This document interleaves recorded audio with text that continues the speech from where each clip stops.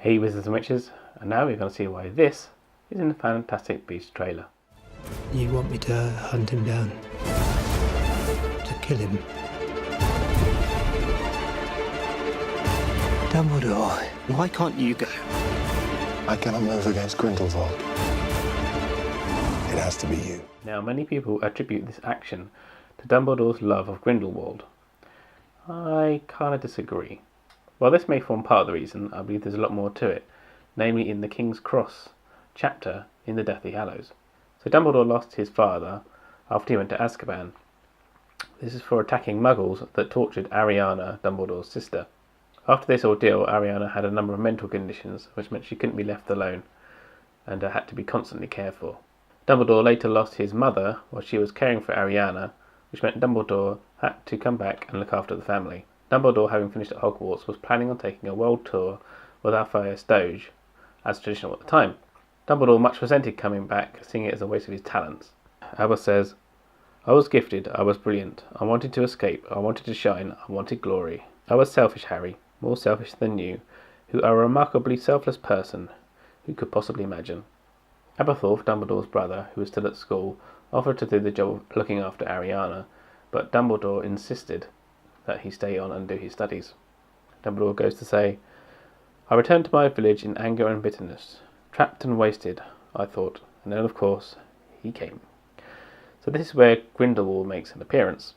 He meets Dumbledore at the age of 17 or 18 and is there for 2 months. Dumbledore goes on to say, "You cannot imagine how his ideas caught me, Harry.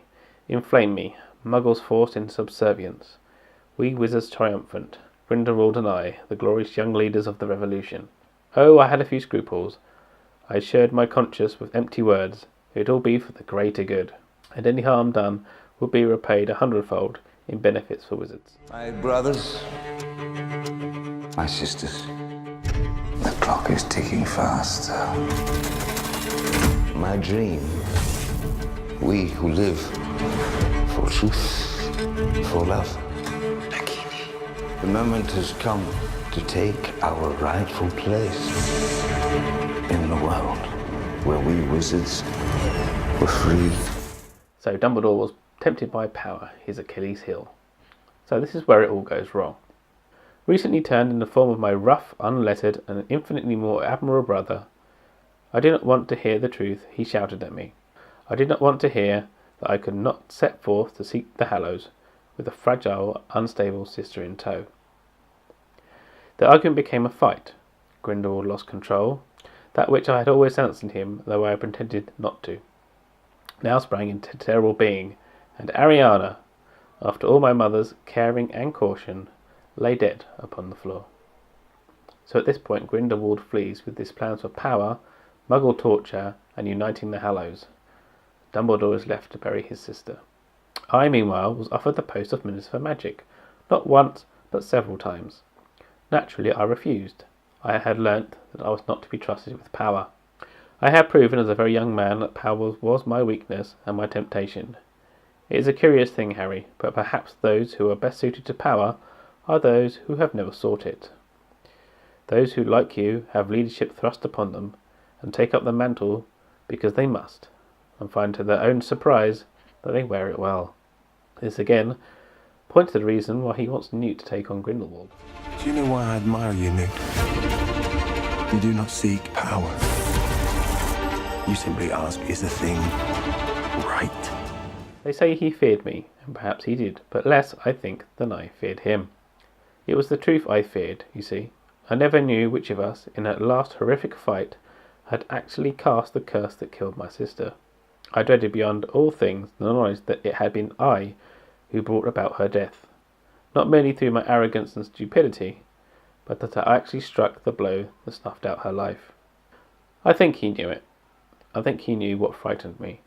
This is the main reason why Dumbledore didn't go after Grindelwald. Secondly, was probably the temptation of being turned by the thought of power, and being united, wizards united, with him on that original quest. As we later learn from J.K. Rowling, Dumbledore was in love with Grindelwald. This again would have strengthened the temptation for Dumbledore to join with him. But his primary weakness was guilt over his sister, the temptation of power, and how it all brought out the worst in him.